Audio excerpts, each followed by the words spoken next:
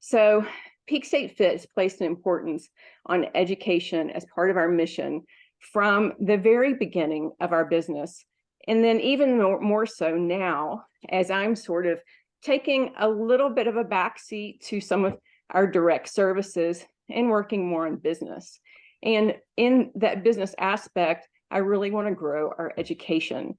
And so education, sharing knowledge is one of our main missions. And so what better way to do that than with a podcast?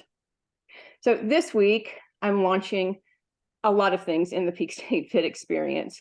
We're launching courses, we're launching a new blog to go along with the podcast, and a whole online community. So we hope you check all these things out. Our first course, Nail Your First Ironman, is now available, and we'll talk about that as well. So today, the title of this podcast is Ironman Inspiration. And Ironman inspiration comes from a lot of different places. And we want to hear today from our first guest, Kayla Bowker. I'm going to let her introduce herself, but Kayla is a Peak State Fit coached athlete and has been since 2017. And I would like for her to introduce herself. Awesome. Thanks, Heather. Well, first, just thanks for having me. I think this is a really cool thing that you're doing. I believe very strongly in education and helping to really encourage people to, kind of find who they are. And a lot of that comes from the more that they can do that, the more they learn. And there just needs to be more of that. So I think this is awesome. As Heather said, I'm Kayla Bowker. I am recently became a professional triathlete. I am the owner and founder of Where Your Feet Take You Triathlon and Mental Performance Coaching. I am a mom of 2 little boys, and like I said, coached athlete of Peak State Fit. Heather and I have been working together since 2017, and we've done some awesome things together. So more to come, right? Yeah. So yeah, I think that's just very, very nitty gritty very, very high end who I am. There's a lot more to it, obviously, but yeah. Before we dive into talking about Ironman specifically, because you didn't share in your introduction, which is perfectly fine, but let's back up. And I want to hear more from you about your athletic career, even backing up to youth and high school. Yeah. So athletics have always been a part of my life. It's kind of what we did growing up. My parents put us into everything that we wanted to try. They are a firm believer that you should try everything and you'll find something that sticks. And on top of that, that's just kind of what we did. We were a very adventurous family, and whether, sport became part of that adventure. So I started skiing, and I think that's what a lot of people don't really know about me, is that I was actually a skier, big time skier, ski racer. I raced for a regional team until I was 18. But I started skiing at the age of 2.5. And then I started running at a very young age as well. I think I actually did my first track meet in like 5th or 6th grade down at Eugene, Oregon. It was called the Hershey's Track Meet. It was one of the coolest things ever. Played soccer, volleyball, softball, you name it. But mostly what I did kind of growing up through high school was I played soccer in the fall. I skied in the summer and winter. And then I ran track in the spring and kind of through the summer a little bit. And moving through kind of into college, I continued running where I ran for Gonzaga University on their track and cross country team. I took a little bit of a break after college because I was a little bit burnt out. I was dealing with some residual issues from an eating disorder that led into pretty horrible anemia and just a lot of deficit. And I just had burnt myself out because of it. So I moved to actually Salt Lake for a year, where I lived there for a year to be a ski bum. I skied and waited tables, and that's what I did. And eventually got into triathlon in 2013. And now here we are in 2023, still doing it. Yeah. So when did you begin thinking about triathlon and specifically Ironman, and what inspired you to do your first Ironman? So I jumped into triathlon, which I started at the kind of the Olympic distance. There's a local track, Spokane actually had and still does have some really great local triathlons. And I jumped into it because at the time I was going through some stuff, and I thought, what better way to help kind of refine who I am?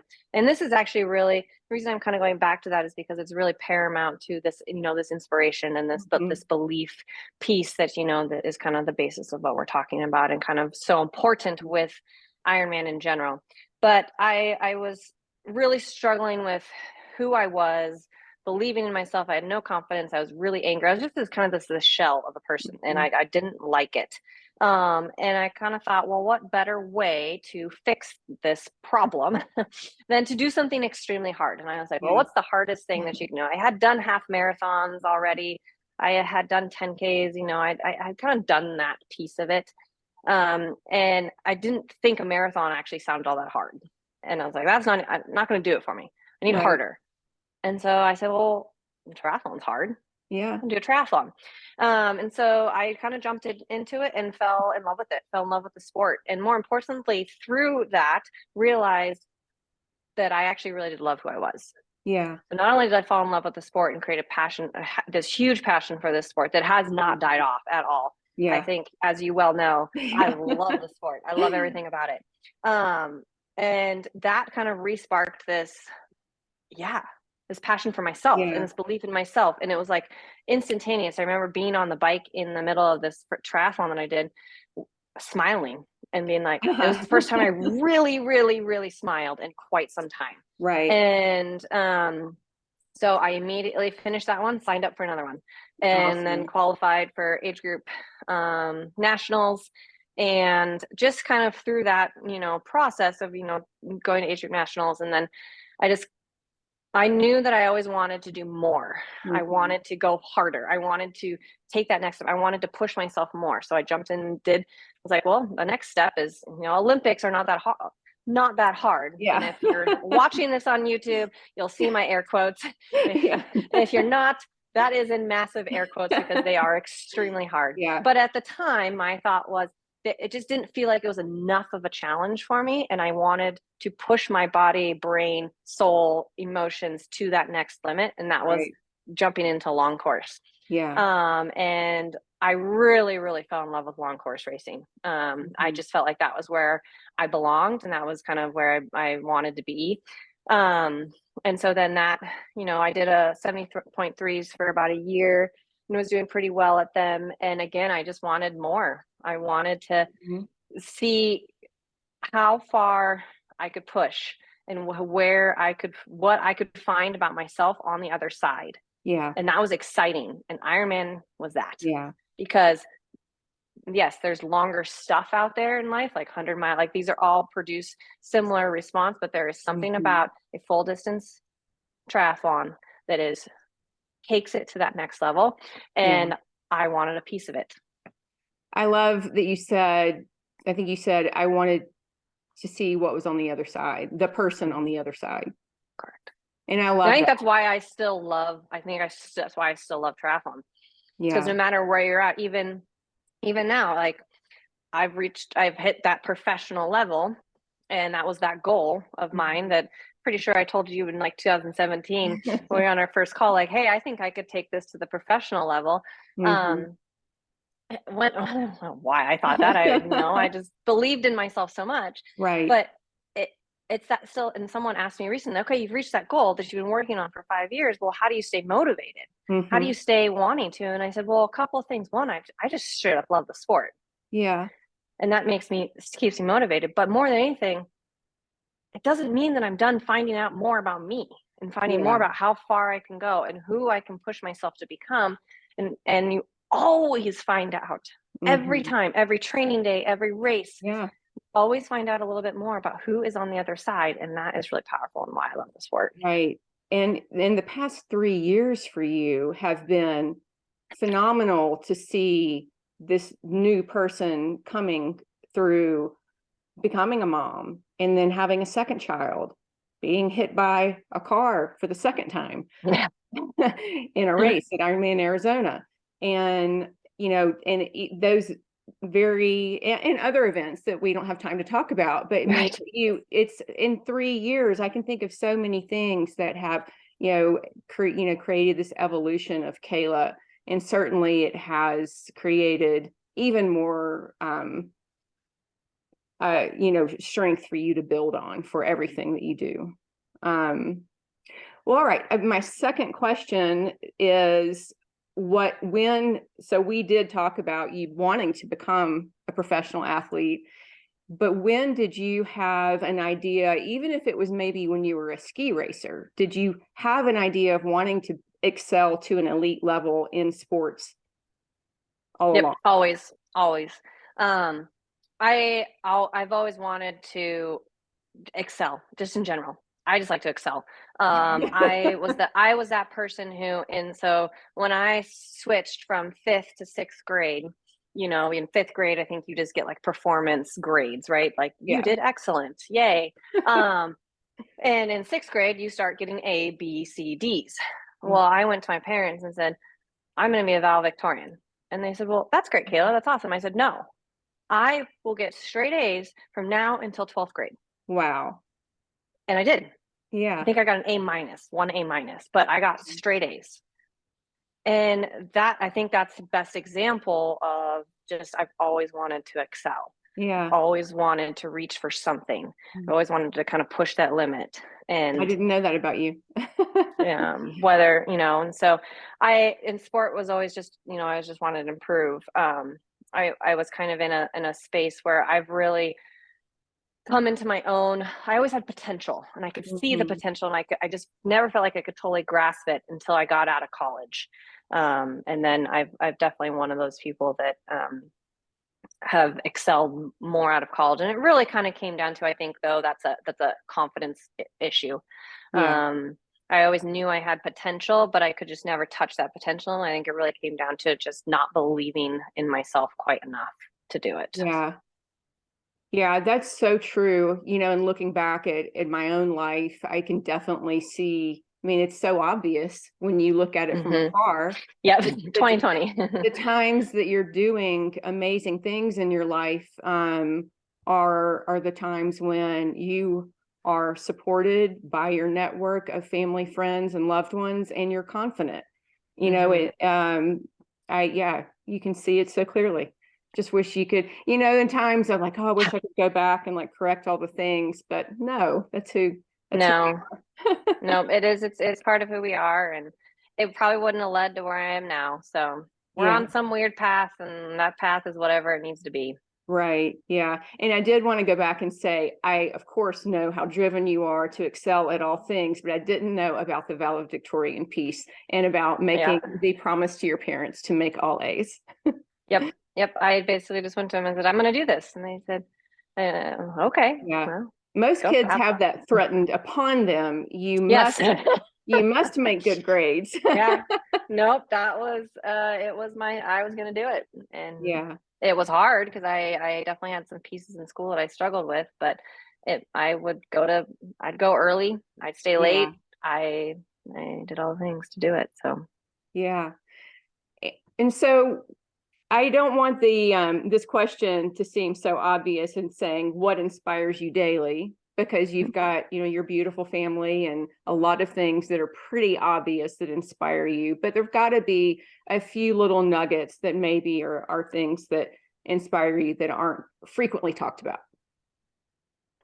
So I think if we're really if we want to talk triathlon in general, and I'm going to sound a little bit repetitive in this instance, but really does inspire me is, again, just how much I love the sport and my drive. And I think that's a big piece of it. The fact that I love to push myself is a big inspiration for me. And it's often when it gets hard, it's kind of what I turn back to. When I don't want to or anything like that, or I'm tired and it's been long and my kids haven't slept and I haven't slept in years. And I just always go back to how much I love what I'm doing, and not even necessarily, again, a triathlon is that big piece of it, but that desire to kind of push myself and to always, find out what more is going on. And so that's a big, big inspiration for me. So, for kind of, it's a little bit threefold. And again, then the next piece, it really, my kids are a big inspiration for me. And it's not just them necessarily, but it's showing them that mom did not necessarily give up on a dream. And I was having a conversation with somebody else about this, and she said, well, what happens if your kids just aren't interested in triathlon? And I said, well, that's not necessarily the point of why I'm doing triathlon and what I want to show them. What I want to show them and what inspires me and what keeps me going is, and motivates me in that sense, what keeps me dedicated to this particular sport is that this is my passion. And what the point is, not to have them be into triathlon, though I hope maybe that they do love it like I do, but to show that if you are passionate about something, you have to work hard at it, and that you should never give up on yourself, and that belief and confidence in yourself is one of like your most prized possessions. And so that is what I can show them through triathlon. And it really doesn't matter, what it is. And she said, well, what if there's not even sport? Like, what if they're a nerd? And I said, I was a nerd. Like, if we go back to my valedictorian example, maybe that's what I just needed wanted to show, but to show them that they can do that they can be driven to set a goal, work towards a goal, be dedicated and disciplined to it, and ride the ups and downs and still come out the other end happy and confident in who they are.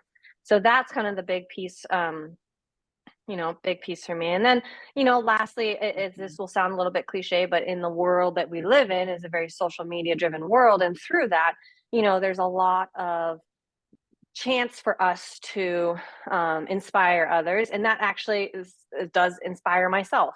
I want to help I have been down that road where I didn't believe, I didn't have confidence. I did not like myself at all. And it caused a lot of problems. And I want to show other people that you can believe, what the power that belief in yourself can do and what it can help motivate you through. And so that actually does that inspires me. So it's kind of a threefold answer for you. Yeah. Great answer. And I agree. So many people are inspired by you on social media and in lots of places. But I think that you have a great presence on social media, showing your life as a mom, your life as an athlete, and how that all works together. We've seen a lot of that recently with Chelsea Sodaro and so many moms just doing amazing things in triathlon. And I think that sort of this wave of not only being proud to be a mom, but being proud to be a mom in Ironman triathlon and have your family there with you is really, I feel like when the PTO, the Professional Triathlon Organization, offered maternity leave to their female athletes, and Chelsea Sodaro was able to take advantage of that. This is definitely a side note, but I sensed a big shift in acceptance on social media of seeing moms and their babies, and because people really didn't want to see that for a while. I felt the shift between my first kid and my second kid. So if we're talking Chelsea Sodaro, my second kid, Baylor, is the similar age to Chelsea Sodaro's little girl, Sky. And there was a huge shift between, and my kids are only they're barely, not even a year and a half apart. I think they're like 14 to 16 months apart, somewhere in that range. So that, I got pregnant less than a year after having my first, and I saw a shift in that less year. Wow. Amazing. From my first kid. With my first kid, I had a lot of backlash towards what, as you know, and if people that do follow me, I was very open about the mental and emotional struggles that I had with pregnancy, the fact that I didn't really want to be pregnant, that I was sad that I was missing out, that I struggled to find connection being pregnant. I hated pregnancy. And that I was very, very adamant that I was not going to change my life because this kid was coming into it. I was going to fit the kid into my life. Yeah. And I got a lot of backlash for that. And I had to constantly fight for what I believed in and not give up. And I definitely had some hate for it. Didn't feel that at all. Didn't feel that at all when I was pregnant with Baylor. Basically didn't get any of it. So huge shift even in that 1 year time frame. And I think a piece of that, does have a lot of, professional women across the board. I mean, we're that started to show they could. I mean, look at Serena Williams, who came back after having her kid. And she's a big name. Kara Goucher. We've got, a lot of people. Sarah True, Chelsea Sodaro, Rennie Carefrey. Like lots of higher people started to do this and started to show that it can be. And so I just hope that, at the time I was just I don't like to use just an age grouper, because I believe the age groupers are important, and that I just came from that world, and you have to be an age grouper to get to where you need to. But I think that, my hope is that being a little bit more on less is the high profile, to show that, hey, we can still do these great things no matter who we are. We don't have to be the professional athlete to do them. So. Right. So very true. All right. So with training, we want to talk about, I wanted you to sort of go into your beginner's mindset and share, because one of the things that we are sharing is, about the course, Nail Your First Ironman, which we're not going to talk about the course too much today, but the people sort of interested in that are coming from that beginner's mindset. And give us 3 of your top training tips, and sort of link it to inspiration. So it doesn't, you can go wild with it, but not pro tips, beginner tips. Yeah. I really think one thing that's really important, and this is going to sound a little bit cliche, and I tell this to my athletes all the time when we're doing pre-race calls, is have fun. And this sounds so dumb, and it sounds so like, well, that's lame and like not really that great of a tip. But it's not a cop out, but it's so true. The more fun that you have with what you're doing, the easier everything is. This comes down to racing and training. And the more that you can kind of say, I'm out here to have fun, like, right, we choose to do this. We're choosing this. We choose to swim, we choose to bike, we choose to run. And most likely, if you're choosing to do an Ironman, you were in love with 1 or 2 or 3 of the disciplines. You love it, right? That's why we get started in it. Remember that. Yeah. Because the training is hard. It's going to be hard. Yeah. It is. It's hard. It's long. It's a lot. Yeah. So if you have fun with it, everything else becomes easier. So that's probably my number 1. And I think it's important for people to remember across the board. And you'll hear professionals that the ones that have the best races are the ones that go out there, and before them, yes, they have a race plan. Yes, they have numbers they potentially want to hit, but their number 1 goal is to remember that they love what they do and they're out there to have fun. Yeah. So I think that's super important, that you have to remember that, and that has to be a big foundation of what it is that you're doing. Yeah. One of my favorite talks of all time specific to triathlon is the Mark Allen. And I honestly didn't even think about mentioning this talk today, but it's called Inspiration by Mark Allen. And it's, his reflection on how he had to completely change his mindset as an athlete, because he realized that he wasn't doing as well. He started to lose a couple of races, as I recall. And he realized that he was just headbutting everything and coming up with resistance. And that's when he discovered a lot of meditation practice and different mindfulness practices, and said that he made the transition to come at each race with peace. And that his whole mindset shift changed his athletic performance. Yeah. And I think that's just really, really key. And that kind of leads into like my next tip a little bit, is to don't over focus on the data, especially as a beginner. And honestly, I think everybody should not over focus on the data. I was actually listening to the podcast done with Christian Blumenfeld and Gustav Eden's coach, and he said they're very scientific and all these pieces, but he said at the end of the day, these are just ways for you to understand your body a little bit more. But they're not the end all be all. At the end of the day, it's still you. And your pace, everything else is fairly irrelevant. Right. And I think that's really, it's very important, because it's really easy in the world that we live in, especially honestly as a beginner, to get really caught up in, oh, my power needs to be this way, my pace needs to be this way, my heart rate needs to be here, my lactate needs to be this, and in reality, you, as a beginner, you're going to grow a lot. So let yourself grow. Yeah. Let yourself grow. Don't put so much expectation on exactly what you need to be at, and just allow yourself to be present in who you are at the moment to grow within that. Right. And so, you know, numbers are important and data is important, but it is not the end all be all to, you know, who you are. And on top of that, everybody is different. One athlete can ride 250 watts in a 70.3 and the other rides 220. And you know what? They may come across the line in the same amount of time. They're just different athletes and they produce different pieces. Yeah. It's not, you know, so especially as a beginner, try to let go of some of those pieces and use it more as a guideline to help you grow, but to stay really present in within what you're doing. And that's that present piece is that last piece. Yeah. The more present that you can be in setting, you know, being intentional about who and what you're doing and why you're doing it, and the foundation of why you got into this, the more fun all of it is.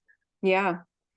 And with the focus on the data piece too, you know, if you get too caught up there, then you lose the happiness.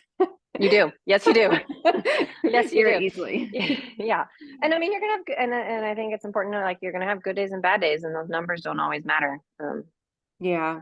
So. Yeah. Staying fully present is so hard. And I think even you and I are guilty of that in our coach athlete relationship. Occasionally, I would say more so you. And I'm going to give a specific example because I said that, of finishing a race and then immediately talking about what you need to do, like out there. Much. And I'm like, wait a minute, let's celebrate right here what you just did. Yes. Yeah. And I will say for me, I think that a lot of that comes from the excitement that I get from it. Like that I think, and that's that innate desire to always want to improve and always want to try. And that's actually, you know, a piece that's always been something I've been like, okay, you need to just celebrate what just occurred. Yeah. I mean, I tell that to my athletes all the time. I say, we don't want to talk about it for 24 to 48 hours, because you need to just be present in what it is that you're feeling in this moment, and then move on. Right. Yeah. Okay. So now I want to give you a little bit of spotlight to tell us about your mental coaching performance, your mental performance coaching, and just tell us like some of the things that make how you offer your programs a little different than others, and what you offer. Yeah. And so I think one of the main reasons I got into mental performance coaching, it really comes down to kind of what we've talked about, like in this whole podcast, the power that I found from making this switch of not believing in myself to believing in myself, and what it did for me, and who it allowed me to become, and seeing what that has done for me over the years. And I really wanted to kind of help other athletes to find that as well, because I noticed as a triathlon coach myself, that a lot of times what I was working with athletes on mostly, again, wasn't the data, but trying to get them to come to terms with who they are, being present within it, belief in the confidence in themselves, and then how to kind of cultivate that. And I wanted to do that on a little bit bigger scale, on a bigger level, and to kind of provide and kind of share my expertise of what I've learned from myself, and then, you know, my learnings and stuff like that. So I offer mental performance coaching, which is and I do it one-on-one, is the main way that I do it, with 8-week and 12-week programs, where they're very fluid. So I don't have like a specific structure that I do have for them, but they're very, very fluid, to help walking through what roadblocks it is that you might be experiencing with. And usually, obviously, my niche is obviously triathletes and athletes, but I often find that we go down the realm of like work and life and those pieces, because they all connect. And I think that's also why I love triathlon so much, is because what you learn in triathlon, you can take into the rest of your life. And so we really kind of focus on those. My main focus and what I think I speak the most on, which is a little bit of my niche, is what I call the self series: self-talk, self-confidence, self-belief, and what that can do for you. Because they really are kind of the foundations of mental performance, which is a widespread and very vast Yeah. concept. And really what I do is just try to help cultivate belief and passion for yourself, through rewiring how you talk to yourself. And I think that's the important piece with mental performance is a lot of times we think, oh, well, we need to change. Well, no, not really. We are already who we need to be. Yep. But we need to rewire how we talk to ourselves so that we can actually get the best out of ourselves. Yeah. And that's what I really try to focus on. So right now, again, the main way that I work with athletes is on a one-to-one basis. I do will be having some other avenues come out in the new year, which I'm not going to go into any detail on because I have still working out on them, and I don't want to make promises that I can't keep. Right.